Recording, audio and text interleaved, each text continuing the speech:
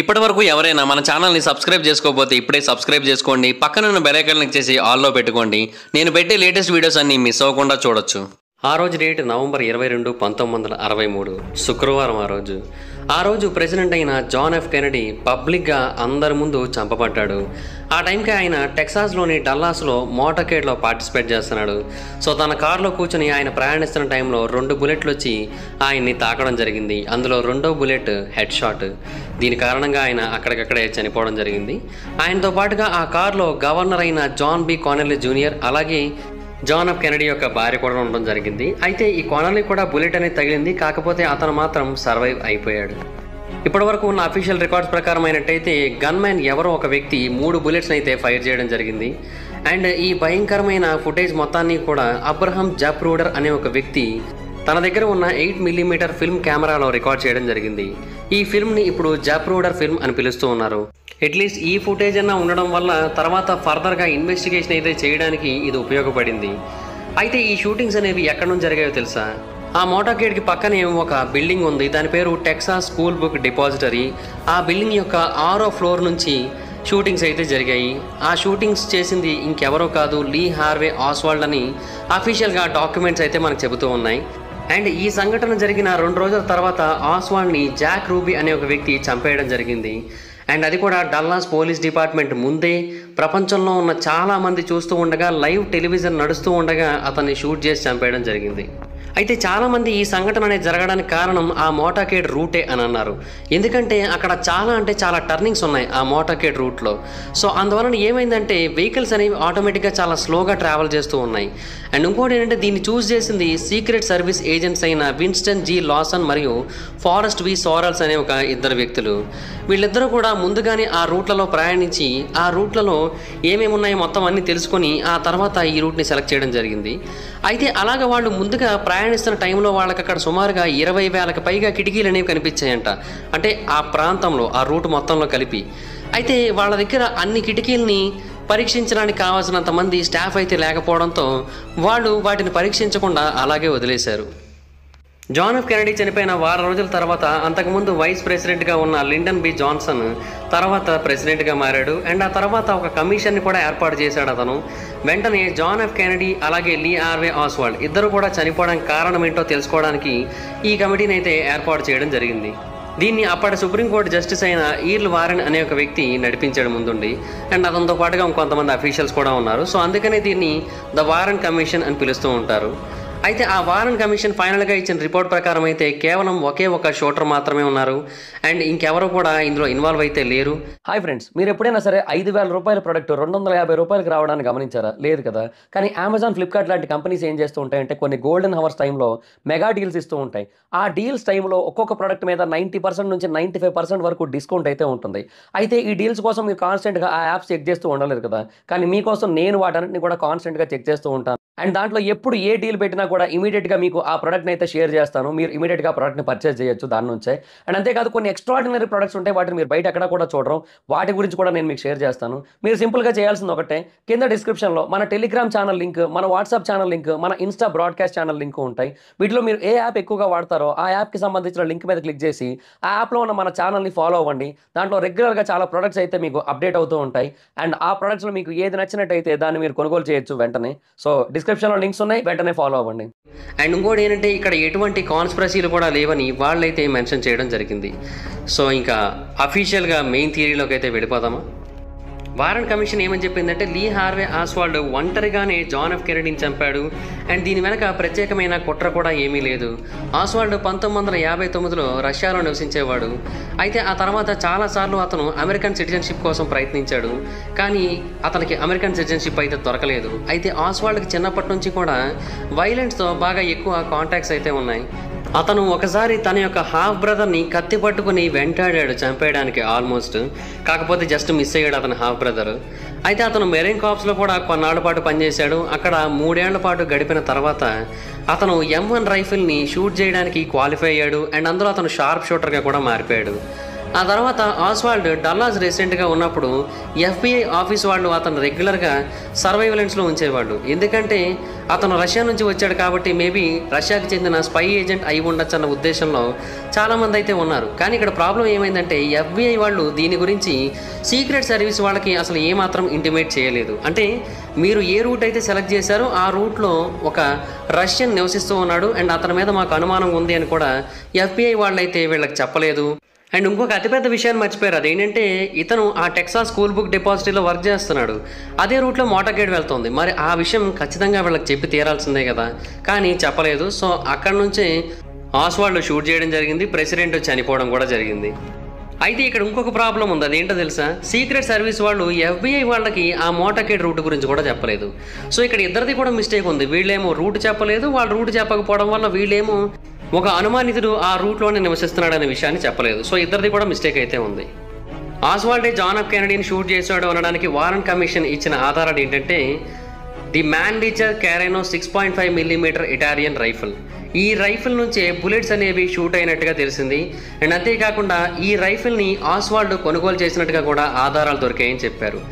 And in fact ఒక పూర్తి స్థాయి బుల్లెట్ కూడా దొరికింది. ఇది గవర్నర్ అయిన కొనల్ యొక్క స్ట్రెచర్ నుంచి బయటికి తీయడం జరిగింది. అండ్ అంతేకాకుండా కార్ యొక్క బయట భాగంలో కూడా 2 బుల్లెట్ ఫ్రాగ్మెంట్స్ అయితే కనబడ్డాయి. అవి కూడా ఆ దొరికిన రైఫిల్తో మ్యాచ్ అవడం జరిగింది. అండ్ ఆ same rifle Texas school book డిపాజిటరీలోని 6వ ఫ్లోర్లో దొరికింది. అండ్ దాని పక్కన 3 బుల్లెట్ క్యాట్రిడ్జెస్ కూడా దొరికాయి. ఇవి షార్ట్ చేయబడిన బుల్లెట్స్తో మ్యాచ్ అయ్యాయని కూడా తెలిసింది.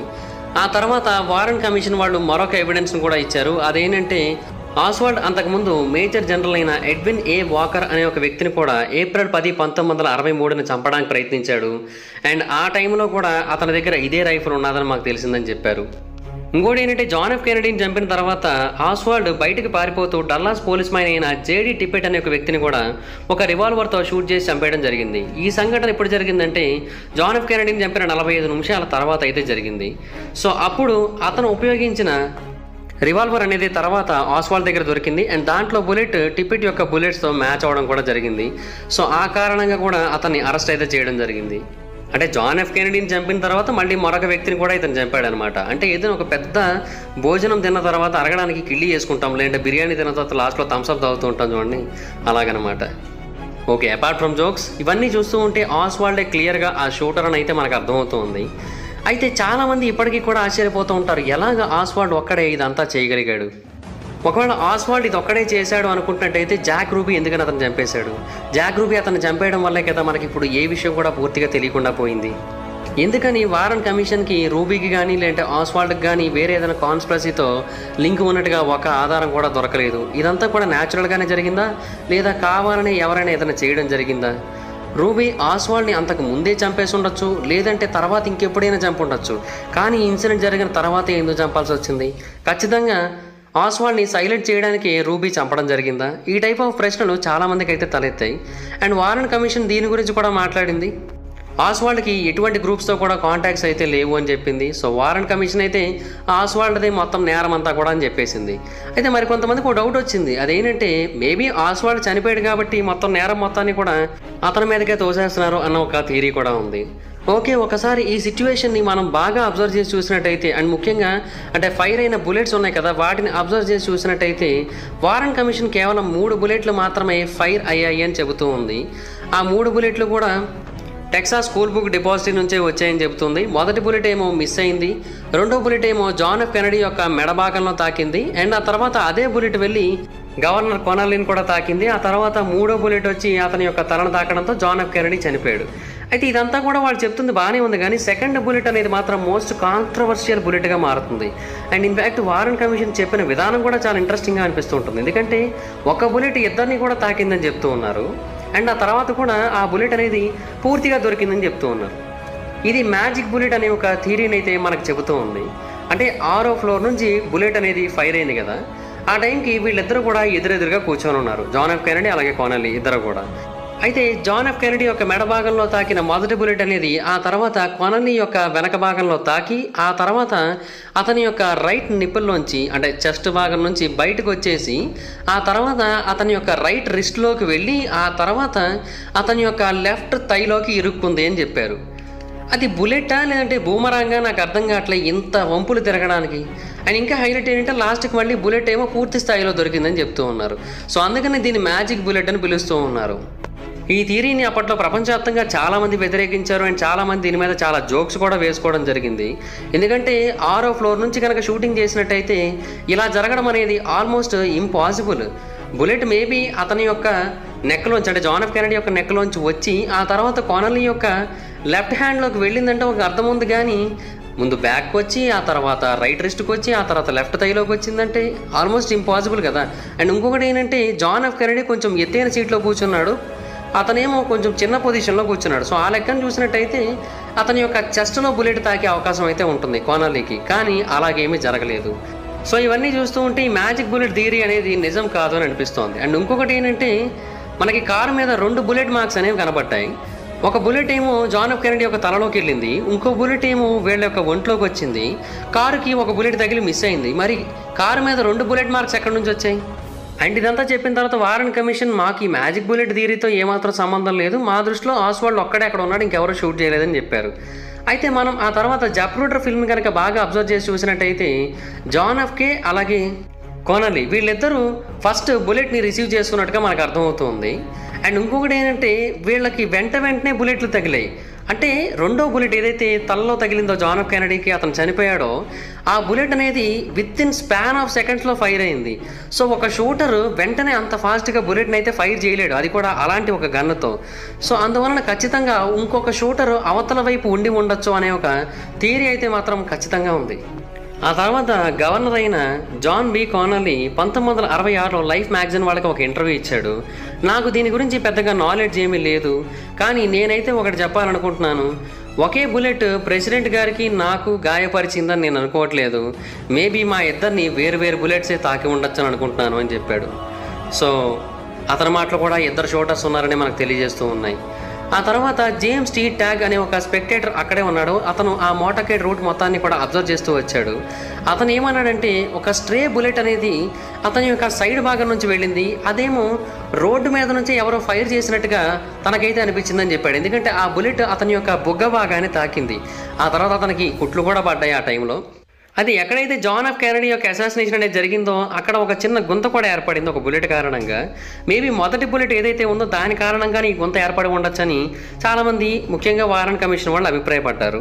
కానీ ఈ టేక్ అనే వ్యక్తి మాత్రం ఏమని చెప్తున్నాడంటే నన్ను తాకింది పైనుంచి వచ్చింది కాదు, ఖచ్చితంగా కింద నుంచి వచ్చింది అని చెబుతూ ఉన్నాడు. అది కూడా నాకు శబ్దాలు వినిపిస్తూ ఉంటాయి కదా, మొదట ఒక బుల్లెట్ శబ్దం వినిపించింది, ఆ బుల్లెట్ నన్ను తాకలేదు, తర్వాత రెండో శబ్దం నాకు వినబడింది, ఆ బుల్లెటే నన్ను తాకింది అని చెప్పాడు.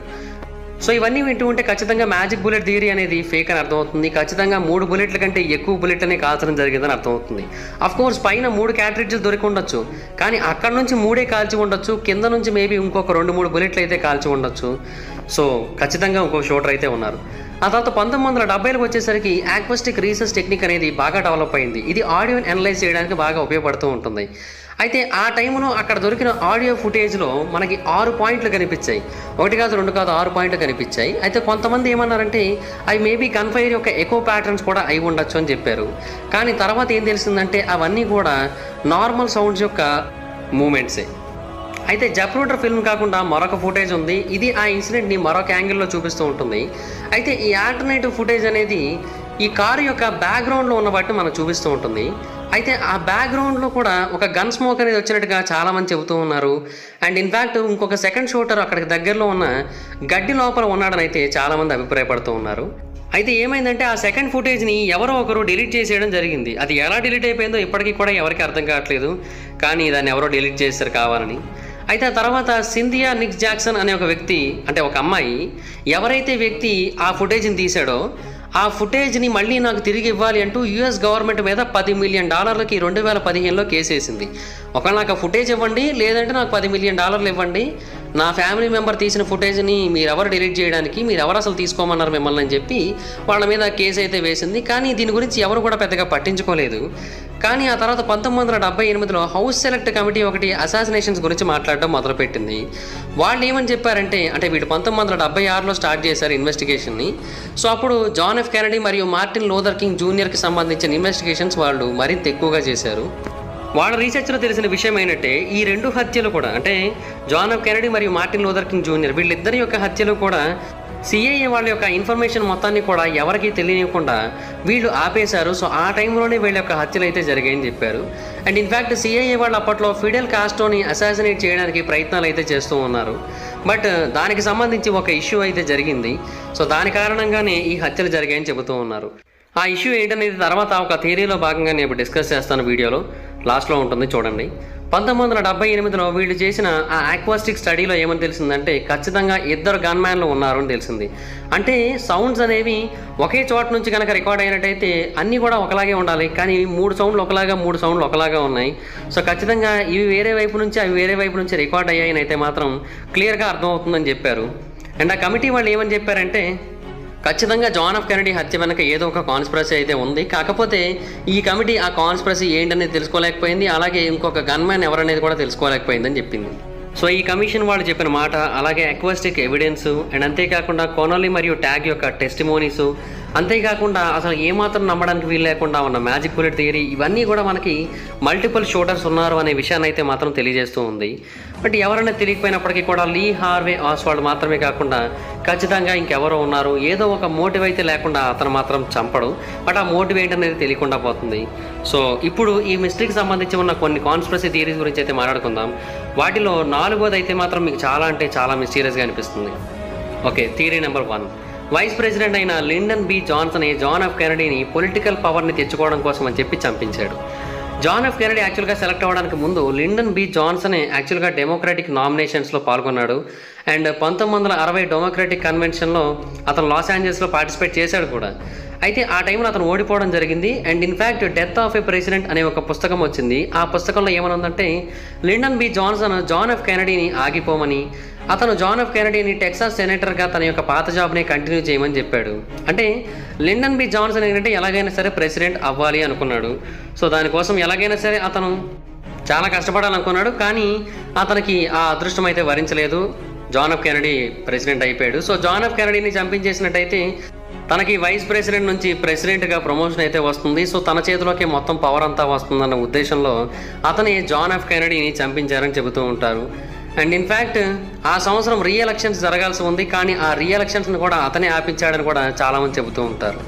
కానీ లిండన్ బి జాన్సన్కి అలాగే జాన్ ఎఫ్ కెనడీకి ఇద్దరికి మధ్య జాన్ ఎఫ్ కెనడీ చనిపోవడానికి ముందు రోజు కూడా ఒక కన్వర్జేషన్ జరిగింది. అందులో భాగంగా లిండన్ బి జాన్సన్ ఏమని చెప్పాడంటే డల్లాస్కి యాక్చువల్గా నేనే మొదట వెళ్లాల్సి ఉంది, కానీ నాకు ఎందుకు అక్కడ సిచ్యువేషన్స్ అంత బాగాలేవు అనిపిస్తుంది, అండ్ నాకు ఆ ప్రాంతంలో అంత పొలిటికల్ కంట్రోల్ కూడా లేదు. సో అందుకని నేను వెళ్ళకపోతేనే బెటర్ అని అనుకుంటున్నానని చెప్పాడు.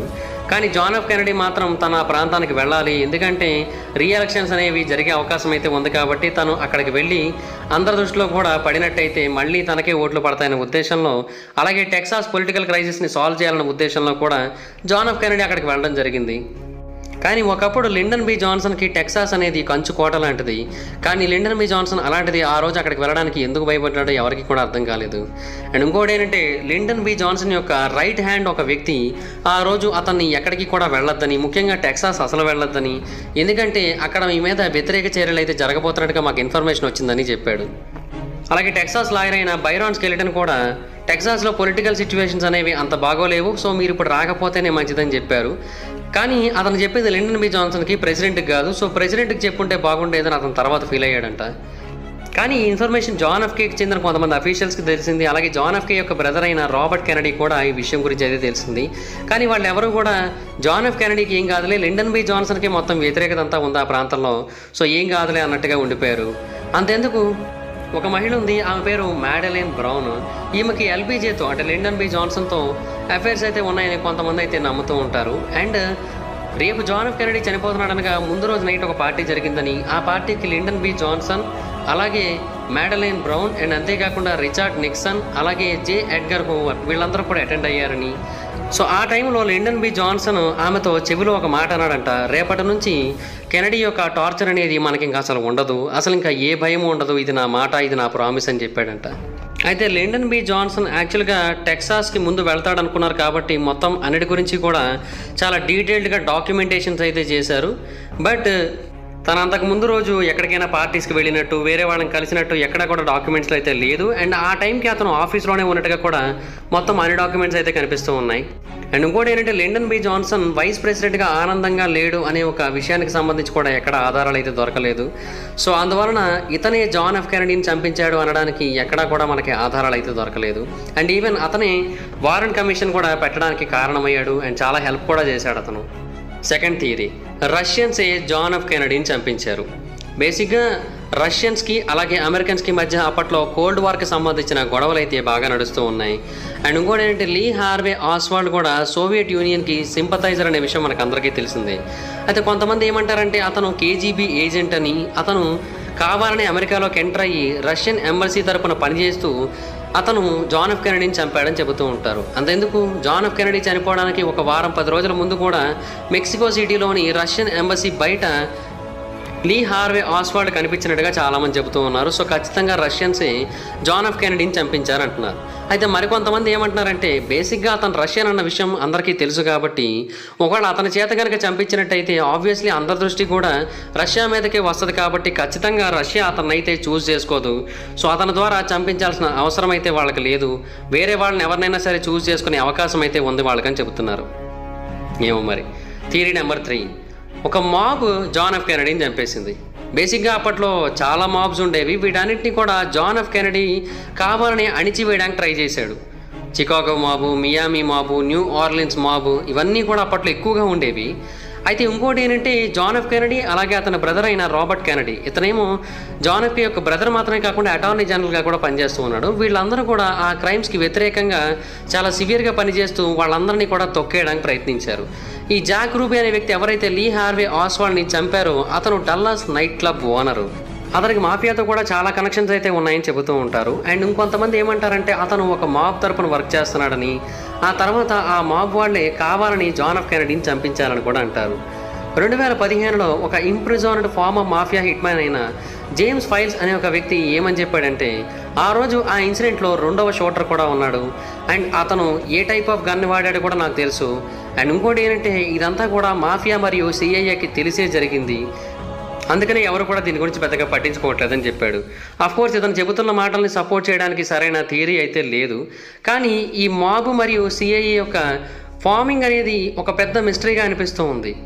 ఇంకోటి ఏంటంటే బేసిక్గా అంతకుముందు జాన్ ఎఫ్ కెనడీకి శామ్ జియాన్ ఖానా అనే ఒక వ్యక్తితో కాంటాక్ట్స్ అయితే ఉండేవి. అతను చికాగో మాబ్ యొక్క హెడ్. ఒకప్పుడు వీళ్ళిద్దరూ మంచి దోస్తులు. జాన్ ఎఫ్ కెనడీ యొక్క ఫాదర్ అయిన జోసెఫ్ కెనడీ కూడా ఒకప్పుడు ఇతనితో చాలా క్లోజ్గా ఉండేవాడు.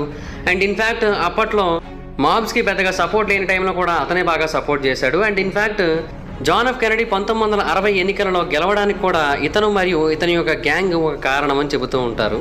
అయితే ఆ తర్వాత వీళ్ళకి కొన్ని ఇష్యూస్ అనేవి వచ్చాయి. అండ్ ఆ తర్వాత ఈ శామ్ జియాన్ ఖాన్ అనే వ్యక్తి దొరికిపోయాడు కూడా. దానికి కూడా అతని బ్రదర్ చేసిన కొన్ని పనులే కారణం. అంటే అప్పుడు చేసిన ఆ పనుల కారణంగా అతను తర్వాత దొరికిపోవడం జరిగింది. ఆ తర్వాత అతన్ని ఇన్వెస్టిగేట్ చేస్తున్న టైంలోనే అతను తాను కాల్చుకొని చనిపోవడం జరిగింది. సో ఇలాంటి వాళ్ళు సాధారణంగా వాళ్ళ విషయాలు ఏవి కూడా బయటికి చెప్పడానికి ఇష్టపడరు, ఈవెన్ చనిపోవడానికైనా సిద్ధమవుతారు తప్పిస్తే. అందువల్ల ఇతని ద్వారా కూడా మనకేమీ తెలియలేదు. ఫైనల్ మరియు 4th థియరీ. ఈ థియరీ ప్రకారం సిఐఏ వాళ్ళే జాన్ ఎఫ్ కెనడీని చంపించారు అండ్ వాళ్ళే దగ్గరుండి ఇవన్నీ కూడా చేశారు. అలెన్ డ్యూలెస్ అనే ఒక వ్యక్తి అంతకుముందు సిఐఏ హెడ్గా పనిచేస్తూ ఉన్నాడు. అయితే అతను వారెంట్ కమిషన్లో ఉన్నాడు అతను. అండ్ ఇన్ఫ్యాక్ట్ అంతకుముందు మనం చెప్పుకున్నట్టుగా సిఐఏ వాళ్ళ ఇన్ఫర్మేషన్ కొంత కావాలని బయటికి తెలియనివ్వకుండా దాచారు. అండ్ సిఐఏ వాళ్ళని కొంత బ్లాక్ చేయడం కూడా జరిగింది జాన్ ఎఫ్ కెనడీ. సిఐఏ వాళ్ళు ఏమనుకున్నారంటే ఇదంతా కూడా ఒక పెద్ద కవరప్ అని అనుకోవడం జరిగింది. బేసిక్గా సిఐఏ వాళ్ళు ఏమని ప్లాన్ చేశారు, వాళ్ళందరూ కూడా ఫిడెల్ కాస్ట్రోని చంపాలని నిర్ణయించుకున్నారు. కానీ జాన్ ఎఫ్ కెనడీ యొక్క ఆలోచన మాత్రం మరొకలా ఉంది. అండ్ ఇంకోటి ఏంటంటే జాన్ ఎఫ్ కెనడీ ఆ ఆలోచన మొత్తాన్ని కూడా పూర్తిగా పక్కదారి పట్టించే ప్లాన్లో ఉన్నాడని కూడా సిఐఏ కనిపించింది. సో సిఐఏని వాళ్ళ యొక్క ప్లాన్స్కి ప్రెసిడెంట్ అడ్డుగా వస్తున్నాడు కాబట్టి అతన్ని కావాలని తప్పించేయాలనుకుందని చెప్పి చాలామంది చెప్పడం జరిగింది. ఆ తర్వాత ఫోరెన్సిక్ హిస్టోరియన్ అయిన ప్యాట్రిక్ నోలన్ అనే ఒక వ్యక్తి ఒక పుస్తకాన్ని రాశాడు. ఆ పుస్తకం పేరు CIA rogues and the killing of the Kennedy's అనే ఒక పుస్తకం అది. ఆ పుస్తకంలో అతను ఏమని చెప్పాడంటే సిఐఏకి చెందిన 4 హై లెవెల్ ఏజెంట్స్ ఈ షూటింగ్కి సంబంధించిన ప్లానింగ్స్ అన్నీ కూడా చేశారు. అండ్ అంతేకాకుండా వాళ్ళలో 3 అయితే అసాసినేషన్ టైంలో 4 బుల్లెట్లను కూడా షూట్ చేయడం జరిగింది. సో అక్కడ ఉన్నది ఒక షూటర్ కాదు, 3-4 shooters. Lee Harvey Oswald one of the shooter మాత్రమే అండ్ నేరం మొత్తం అతని మీదకే వెళ్ళిపోతుంది, అతన్ని ఇరికించేయచ్చు అనుకున్నారు. ఎందుకంటే అతను కమ్యూనిస్ట్గా అలాగే రష్యన్ సింపథైజర్గా బాగా పేరున్న వ్యక్తి కాబట్టి మొత్తం అతనే చేశాడని అనుకుంటారని చెప్పి సిఐఏ వాళ్ళు అనుకున్నారు. కానీ ఆ తర్వాత రూబీ అతన్ని చంపేయడంతో మొత్తం అంతా కూడా వాళ్ళు ఊహించిన దానికంటే మారిపోయిందని చెప్పి అతనైతే చెప్పాడు. ఆ తర్వాత క్యూబాలోని బే ఆఫ్ పిగ్స్ మీద ఇన్వేషన్ అనేది ఫెయిల్ అయిన తర్వాత సిఐఏ వాళ్ళ మీద కొన్ని పర్సనల్గా ఛార్జెస్ని అయితే కెనడీ విధించాడు. అండ్ అంతేకాకుండా కొన్ని చేంజెస్ కూడా చేశాడు సిఐఏలో. ఇవి సిఐఏ వాళ్ళకి అసలు ఏమాత్రం నచ్చట్లేదు. ఇంకోటి ఏంటంటే ఆ రోజు మోటార్కేడ్ అనేది జరుగుతున్న టైంలో సిఐఏ వాళ్ళు కెనడీకి ఒక ఆఫర్ అనేది ఇచ్చారంట. అదేంటంటే ఎయిర్ ప్రొటెక్షన్లో మీకు అంబ్రెల్లా అనేది ఏర్పాటు చేస్తాము అని చెప్పారంట. ఈ అంబ్రెల్లా అనే పదం తర్వాత మరికొన్ని కాంట్రవర్షియల్ క్వశ్చన్స్కి కారణమైందని చెప్పుకోవాలి. ఎందుకంటే ఎవరైతే ఈ అంబ్రెల్లా ప్రొటెక్షన్స్ ద్వారా ప్రెసిడెంట్స్ని కావచ్చు లేదా హయ్యర్ అఫీషియల్స్ని కావచ్చు కాపాడుతూ ఉంటారో వాళ్ళని అంబ్రెల్లా మ్యాన్స్ అని పిలుస్తూ ఉంటారు. అయితే అలాగా ఈ లీ హార్వీ ఆస్వాల్డ్ కాకుండా మరొక అంబ్రెల్లా మ్యాన్ కూడా ఆ ప్రాంతంలో ఉన్నాడని చెబుతూ ఉంటారు. అండ్ ఇన్ఫ్యాక్ట్ ఇది చాలా ప్రాక్టికల్గా కూడా అనిపిస్తూ ఉంటుంది. ఎందుకంటే జాప్రోటర్ ఫిల్మ్ ఒకటి ఉంది కదా, దాంట్లో మనకి ఒక వ్యక్తి చేతిలో గొడుగు పట్టుకొని కనిపిస్తూ ఉంటాడు. అయితే గొడుగు పట్టుకొని కనిపించడం అనేది ఆశ్చర్యకరం కాదు. అక్కడ రెండు వింతైన విషయాలు కనిపిస్తూ ఉంటాయి. ఒకటి, ఆ రోజు అక్కడ వర్షం అయితే పడట్లేదు, బట్ ఆ ముందు రోజు నైట్ వర్షం పడింది కానీ ఆ టైంకి అయితే వర్షం పడట్లేదు, మంచిగా ఎండ కాస్తుంది. అండ్ అక్కడ ఉన్న మీడియా వాళ్ళు కావచ్చు మిగతా మనుషులు కావచ్చు ఎవరు కూడా అంబ్రెల్లాని అయితే ధరించలేదు. ఇతను ఒక్కడు మాత్రమే గొడుగు వేసుకోవడం జరిగింది. ఆ తర్వాత రెండోది ఏంటంటే కారు ఎగ్జాక్ట్గా అతని దగ్గరికి వచ్చేసరికి మొదటి బుల్లెట్ అనేది అతన్ని తాకింది. కొంతమంది ఏమని నమ్ముతూ ఉంటారంటే ఆ అంబ్రెల్లా మ్యాన్ అనే వ్యక్తి నిజానికి చెప్పాలంటే ఆ టైంకి తన యొక్క అంబ్రెల్లాని కొంచెం పైకెత్తాడని, అంటే సుమారుగా ఒక అడుగు వరకు పైకెత్తాడని, సో అది హింట్ అని, సో ఆ హింట్ని అర్థం చేసుకుని షూటర్స్ ఎవరైతే చుట్టుపక్కల ప్రాంతాలలో వెయిట్ చేస్తూ ఉన్నారో వాళ్ళందరూ కూడా వెంటనే షూట్ చేశారని చెబుతూ ఉంటారు. మరికొంతమంది ఏమంటారంటే ఆ గొడుగే ఒక స్పై లాంటి వెపన్ అని, అది బుల్లెట్స్ని షూట్ చేయగలదని, అదే జాన్ ఎఫ్ కెనడీ యొక్క మెడభాగం నుంచి దూసుకొని వెళ్ళిందని కూడా చెబుతూ ఉంటారు. అయితే ఆ తర్వాత చార్లెస్ సెన్సనీ అనే ఒక డిఫెన్స్ వెపన్స్ డెవలపర్ డిపార్ట్మెంట్కి చెందిన వ్యక్తి ఏమని చెప్పాడంటే నిజంగా అలాంటి అంబ్రెల్లాస్ ఆ టైంకి ఉన్నాయని, సెనెట్ ఇంటెలిజెన్స్ కమిటీ వాళ్ళ దగ్గర ఇలాంటి అంబ్రెల్లా వెపన్స్ చాలానే ఉండేవని, వాటిని నేనే డిజైన్ చేశానని కూడా చెప్పుకుంటూ వచ్చాడు. ఈ అంబ్రెల్లా వెపన్ అనేది ఫైర్ డాట్స్ని ప్రొడ్యూస్ చేయగలుగుతూ ఉంటుంది అండ్ చాలా సైలెంట్గా కూడా రిలీజ్ చేస్తూ ఉంటుంది. అంబ్రెల్లా యొక్క ఎడ్జ్ భాగం అనేది ట్రిగర్ లాగా పనిచేస్తూ ఉంటుంది. అండ్ ఇన్ఫ్యాక్ట్ అది క్లోజ్ చేసి ఉంచిన తర్వాత దాన్ని సడన్గా ఓపెన్ చేసినా కూడా ఆ బుల్లెట్స్ అనేవి ఫైర్ అవుతూ ఉంటాయని కూడా చెబుతూ ఉంటారు. అండ్ కొన్ని పిక్చర్స్లో మనకి ఏం కనబడుతుందంటే ఆ umbrella man John F Kennedy అక్కడికి రావడానికి ముందు ధరించలేదు, జాన్ ఎఫ్ కెనడీ చనిపోయిన తర్వాత కూడా మళ్ళీ గొడుగుని మూసేసి అక్కడే చేత్తో పట్టుకొని నుంచొని ఉన్నాడు. ఇవన్నీ కూడా చూసిన తర్వాత ఖచ్చితంగా ఆ అంబ్రెల్లాకి జాన్ ఎఫ్ కెనడీ యొక్క హత్యకి కూడా ఏదో ఒక సింక్ అయితే ఉండి ఉంటుందని అయితే చాలామంది నమ్మడం మొదలుపెట్టారు. అయితే మరొక ఆశ్చర్యకరమైన విషయం ఏంటంటే షూటింగ్ అనేది జరిగిన తర్వాత మొత్తం అక్కడ ఉన్న వాళ్ళందరూ కూడా పరిగెట్టుకుంటూ పారిపోతూ వెళ్తూ ఉంటే ఈ అంబ్రెల్లా మ్యాన్ అని పిలువబడే వ్యక్తి మాత్రం మరొక వ్యక్తితో కలిసి బెంచ్ మీద కూర్చొని ప్రశాంతంగా కబుర్లు చెప్పుకుంటూ ఉన్నాడు. అసలు ఏమాత్రం డిస్టర్బెన్స్ అనేది ఫీల్ అవ్వలేదు అతను. ఎలా అంటే ఇదంతా కూడా జరుగుతుందని నాకు ముందే తెలిసిలే అన్నట్టుగా కూడా అతను ఊరుకొని ఉన్నాడు. అయితే ఇది జరిగిన కొన్నాళ్ళకి లూయి స్టీవెన్ విట్ అనే ఒక వ్యక్తి సెనెట్ కమిటీ ముందుకు వచ్చాడు. అతను ఏమని చెప్పాడంటే మీరు అంబ్రెల్లా మ్యాన్ అంటున్నారు కదా, అది ఇంకెవరో కాదు నేనే అని చెప్పి తన దగ్గర ఉన్న అంబ్రెల్లాని కూడా తీసుకొని వచ్చాడు. అయితే ఆ రోజు ఆ అంబ్రెల్లాని అతను ధరించడానికి కారణం ఏంటంటే తెలుసా, జాన్ ఎఫ్ కెనడీ యొక్క ఫాదర్ అయిన జోసెఫ్ కెనడీకి వ్యతిరేకంగా ప్రొటెస్ట్ అనేది చేయడానికంట. ఎందుకంటే జాన్ ఎఫ్ కెనడీ యొక్క ఫాదర్ తీసుకున్న కొన్ని నిర్ణయాలు అనేవి ఎవరికి కూడా అంత నచ్చేవి కాదంట.